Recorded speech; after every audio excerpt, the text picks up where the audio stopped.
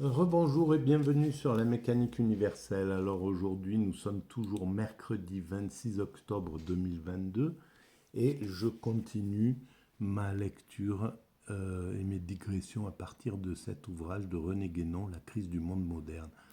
Un ouvrage qu'il a écrit dans les années, entre les années 20 et 40. Il a travaillé sur ce sujet qui s'occupe principalement de la scission récente, on va dire, qui date de quelques siècles, entre l'Orient et l'Occident, entre ce qui est devenu le monde occidental, ce qu'est le monde occidental et le monde oriental qui correspond finalement à l'ensemble du monde qui n'est pas occidental, plus ou moins. Ça serait un peu ça. Alors, euh, donc il essaye de pointer du doigt un petit peu les problèmes qui se posent entre ces deux mondes. Et aujourd'hui, on voit qu'on est encore dans ce tourbillon entre un Occident qui s'est déconnecté vraiment de l'ensemble du monde. Euh, alors, voilà, il faut bien penser que l'esprit critique que je développe, parce que c'est un petit peu, il y a une sorte de critique de l'Occident, déjà parce que je trouve qu'on doit critiquer d'abord sa propre culture, son propre monde. C'est comme ça, si on veut vraiment être, avoir pouvoir établir des relations paisibles avec les autres cultures, avec une autre culture, on ne doit pas s'attaquer à l'autre culture, parce que forcément, c'est un petit peu comme un couple. Tu sais ce que tu m'as fait, tu as vu ce que tu m'as fait, non mais c'est toi qui as commencé, et tu vois, voilà. Donc on ne peut pas résoudre un problème en partant de ce type de relation. C'est impossible. Il faut partir de soi-même. Et pareil pour un couple. Il faut venir en disant, voilà, je me suis mal conduit sur cette... je t'ai mal parlé, voilà, j'ai pas été gentil sur cette truc. Et à ce moment-là, l'autre peut dire, bon, je te remercie de dire ça, mais moi aussi, je me suis mal comporté à tel moment, etc., etc. Et là, on peut arriver à communiquer. Mais si on vient, comme le fait actuellement le monde occidental, et ça c'est incroyable, parce que les médias, ils sont vraiment dans ce narcissisme-là, ce, cet état et même l'Occident, voilà, on arrive en disant vous êtes le problème, quoi. Vous voyez comment vous vous comportez, etc., etc., et sans jamais se remettre en cause. C'est quand même assez. Et il faut aller les chercher, les excuses. Oui, on s'est mal comporté pendant cette période-là, etc. Là, enfin, c'est assez stupéfiant, quoi. Et à cause de ça, l'Occident, donc, se, a mis une sorte de distance avec le reste du monde. Et là, en ce moment, c'est en train d'exploser. Le reste du monde est en train de dire stop, c'est fini. On ne veut plus entendre ce genre de culpabilisation.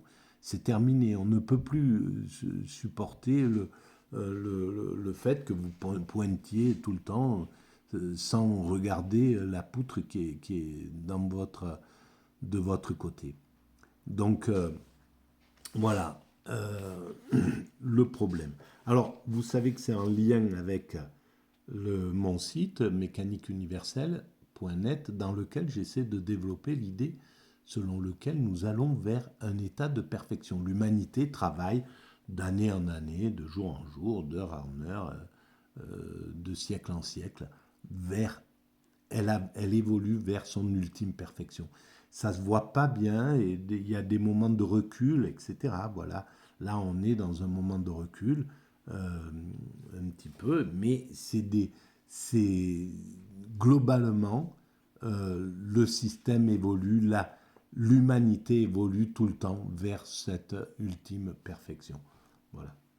Et donc, dans cette perfection, il y a la paix universelle, il y a, voilà, ces choses-là. Donc forcément, la, euh, la réconciliation entre Occident et Orient, entre ces deux mondes, voilà, qui viendra forcément, même si ça devra prendre quelques siècles encore, ou peut-être quelques décennies pour arriver à une entente un peu plus cordiale, un peu plus logique, parce que là, on est en train un peu de sortir de notre narcissisme. Et justement, le reste du monde nous y contraint, parce qu'ils sont en train de dire, bon, on ne vous écoute plus, voilà, ce qui se passe entre le Mali et la France, entre l'Afrique et la France, c'est ce qui se passe, quoi. C'est-à-dire que le monde est en train de, avec l'Occident, hein, c'est globalement, le monde est en train de dire non, ça marche pas, vous vous comportez pas bien, vous êtes, entre ce que vous dites que vous êtes et ce que vous faites, il y a deux mondes, quoi. Donc on ne peut plus supporter ça. Et là, ça oblige progressivement l'Occident à prendre conscience de ces mauvais comportements et à essayer d'évoluer. Donc je commence ma lecture et que je découvre en même temps que je lis. Il faut noter aussi que les philosophies du devenir A, sous l'influence de l'idée très récente de progrès, ont pris chez les modernes une forme spéciale que les théories du même genre n'avaient jamais eue chez les anciens. Cette forme, susceptible d'ailleurs de variétés multiples, est ce qu'on peut, d'une façon générale, désigner par le nom d'évolutionnisme. Alors, qu'est-ce qu'il entendait par là à l'époque? Il faut resituer cette écriture dans les années 40. L'évolutionnisme. Parce qu'effectivement, il y avait quand même une réflexion, il y avait une philosophie du devenir. C'est le cas de Hegel, c'est le cas de Marx, c'est le cas voilà, de ces philosophies qui avaient une vision de la finalité de l'humanité qui devait être la fin du prolétariat, la paix universelle, etc., etc. Voilà. Donc il y avait cette vision téléologique, cette réflexion téléologique. Elle était là. Alors est-ce que évolutionnisme, ça équivaut à ça? On ne sait pas. Nous ne reviendrons pas sur ce que nous avons déjà dit ailleurs à ce sujet. Nous rappellerons seulement que toute conception qui n'admet rien d'autre que le devenir est nécessairement par là même une conception naturaliste, impliquant comme telle une négation formelle de ce qui est au-delà de la nature, c'est-à-dire du domaine métaphysique. Voilà, il manquait, en somme, même la téléologie du marxisme, par exemple, il manquait la vision métaphysique. Il manquait ce qui est au-delà de une réflexion sur ce qui est au-delà de la nature. Et c'est ce qu'essaie d'apporter intuitivement la mécanique universelle, mon travail. Il essaie de montrer justement qu'il y a effectivement le côté pragmatique, il y a le côté en fait de Hegel. Hegel apparemment s'est distingué en deux branches.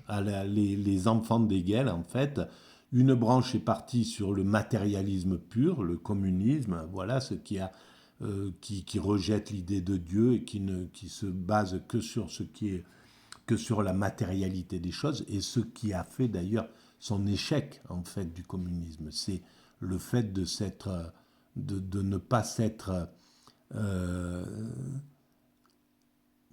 s'être fusionné avec le spirituel, parce qu'en fait ils étaient, voilà, Marx ou le Christ, c'était la même quête, hein, de justice, etc., d'égalité, voilà, il y a donc le christianisme avait quelque chose à voir avec le communisme. Et le communisme, dans son orgueil démesuré, a dit je ne veux pas entendre parler, voilà, donc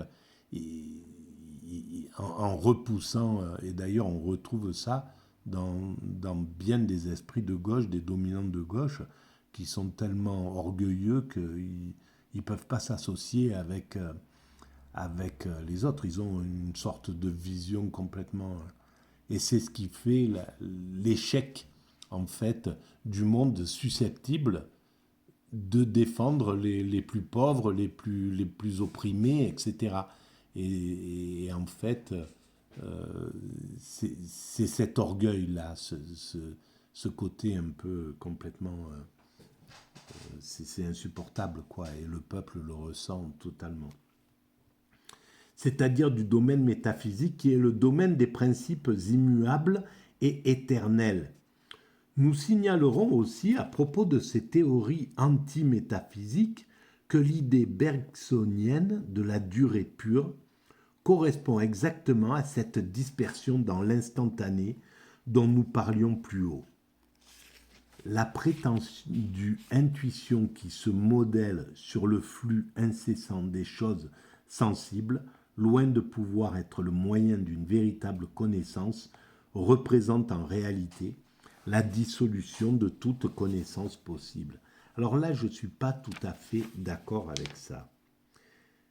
Parce que l'idée bergsonienne de la durée pure,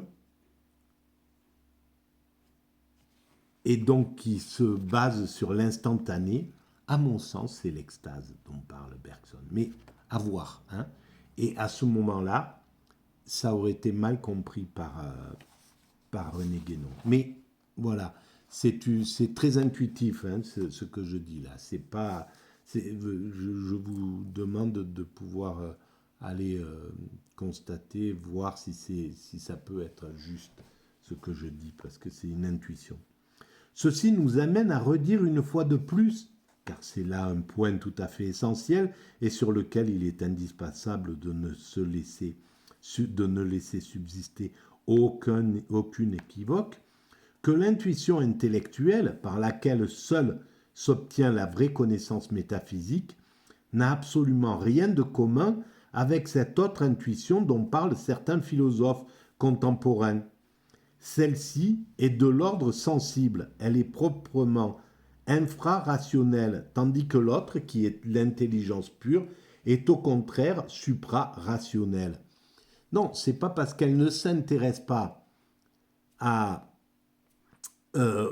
l'idée du divin qu'elle ne le cite pas, qu'elle n'en parle pas. Par exemple, chez Husserl, lorsqu'il parle de l'époché, c'est-à-dire la réduction de tout à l'immédiat, à une sorte d'immédiat où on ne réfléchit, où on se laisse plus polluer par des formes de pensée, par des stéréotypes, etc. Donc on enlève tout ça et on peut avoir une vision juste de ce qui est. Mais l'époché de Husserl, c'est l'extase. Et je pense que pour bien des philosophes dont il conteste un peu la théorie, on est dans cet état d'extase qui est dite. Et dans l'extase, on est en connaissance absolue des choses. Voilà, il n'y a pas d'état au-dessus de l'extase. L'extase, c'est l'état le plus haut dans le vivant et dans l'univers, en somme. Mais les modernes, qui ne connaissent rien de supérieur à la raison dans l'ordre de l'intelligence, ne conçoivent même pas ce que peut être l'intuition intellectuelle, alors que les doctrines de l'Antiquité et du Moyen Âge, même quand elles n'avaient qu'un caractère simplement philosophique, et par conséquent ne pouvaient pas faire effectivement appel à cette intuition, n'en reconnaissaient pas moins expressément son existence et sa suprématie sur toutes les autres facultés. C'est pourquoi il n'y eut pas de rationalisme avant Descartes. C'est là encore une chose spécifiquement moderne et qui est d'ailleurs étroitement solidaire de l'individualisme, puisqu'elle n'est rien d'autre que la négation de toute faculté d'ordre supra-individuel. Alors, oui, sans doute que à partir de Descartes, on rentre dans cette vision matérialiste, où on gomme en somme l'idée du divin. Mais c'était pour la bonne cause. C'était pour ramener, pour essayer de comprendre rationnellement le monde. Alors, ce qui est sûr, c'est qu'on ne peut pas comprendre le monde rationnellement complètement. C'est pas possible. Il y a une limite. C'est pourquoi la seule connaissance, la seule vérité, le seul état de vérité, c'est l'extase. Et qui ne peut même pas se verbaliser, qui ne peut même pas se dire, qui n'est pas quelque chose de... c'est le corps qui ressent la vérité. C'est pas... donc la vérité n'est pas intellectuelle en réalité. Mais ça, il fallait faire l'expérience pour voir les impasses dans lesquelles mène la rationalité, le côté rationnel des choses, le côté matérialiste. On était obligé, donc il fallait que l'Occident aille en introspection, aille en inspection, aller inspecter ses limites, les limites de la connaissance intellectuelle, pour comprendre. Et encore, on ne l'a pas compris, on cherche toujours là-dedans, hein, on est toujours dans cette question-là. Mais il y a un moment où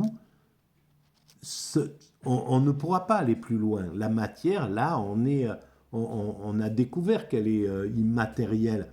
On a découvert la plus infime, réduit, on a réduit au plus loin possible la matière. Peut-être qu'on ira encore plus loin, peut-être qu'on découvrira quelque chose derrière le quartz, derrière la plus petite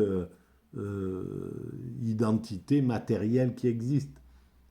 Mais quoi qu'il arrive, on sera limité. C'est pas ça qui donnera la clé du monde. Pourquoi il y a un univers plutôt que rien? Qu'est-ce qu'il y a avant la création, etc. Mais c'est important de chercher, hein. On doit continuer à chercher, c'est nécessaire. Ça fait partie vraiment de la chose.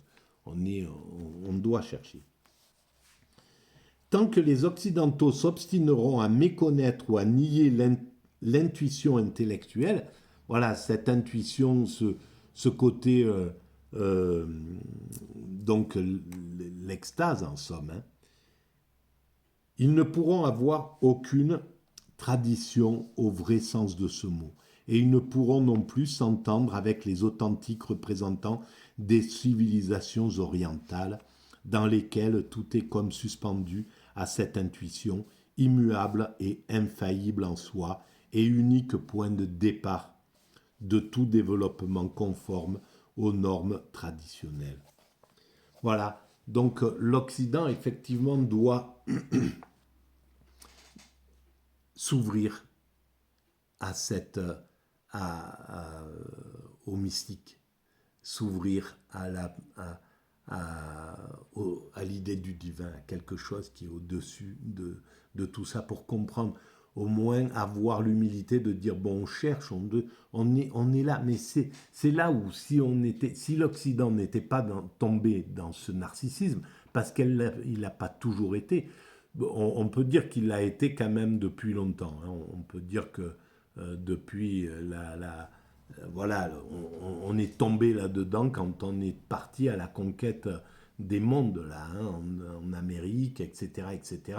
Et là, on a cru que, voilà, comme on rentrait en Afrique ou ailleurs, comme dans du beurre, parce que on était sans foi ni loi, qu'on n'avait pas de principe, qu'on n'avait pas de... qu'on s'était désolidarisé de l'idée du divin, d'ailleurs, hein. On allait chercher, appliquer le divin juste pour nous dire, bon voilà, est-ce que on peut mettre en esclavage ou est-ce que c'est interdit? Dieu, donne-nous une réponse. Et à travers, la réponse, c'était les doctes de l'Église qui semblaient avoir la connaissance directe du divin et qui pouvaient dire, bon voilà, on a vu toutes les monstruosités que ça a engendrées dans l'humanité. Et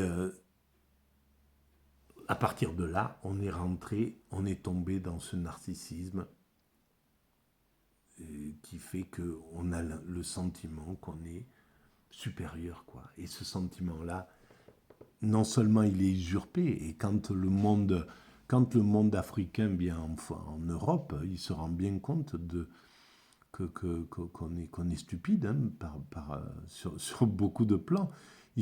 Et que il nous regarde tel qu'on est. Alors nous, on se gargarise entre occidentaux, hein, voilà, quand les Américains viennent en Europe, oh là là, c'est magnifique. Quand nous, on va en Amérique, oh là là, c'est superbe, etc. Mais en réalité, voilà, je pense que le reste du monde est en train de vraiment prendre conscience de ce que nous sommes, quoi. Et donc, il va falloir qu'on change, ou alors, eh ben, on sera dépassé par le monde, tout simplement. Le monde nous dépassera, nous débordera, et dira, ben voilà, c'est pas ça, voilà, votre temps est fini, maintenant on est parti vers quelque chose d'universel, donc on veut bien voilà, vous faites partie du monde, mais vous êtes un des, une des pièces du puzzle, pas plus, vous n'êtes pas mieux, pas, voilà, il n'y a rien de... Ok, je vous remercie, voilà, bon, vous avez droit à quelques nudistes là. Merci à vous.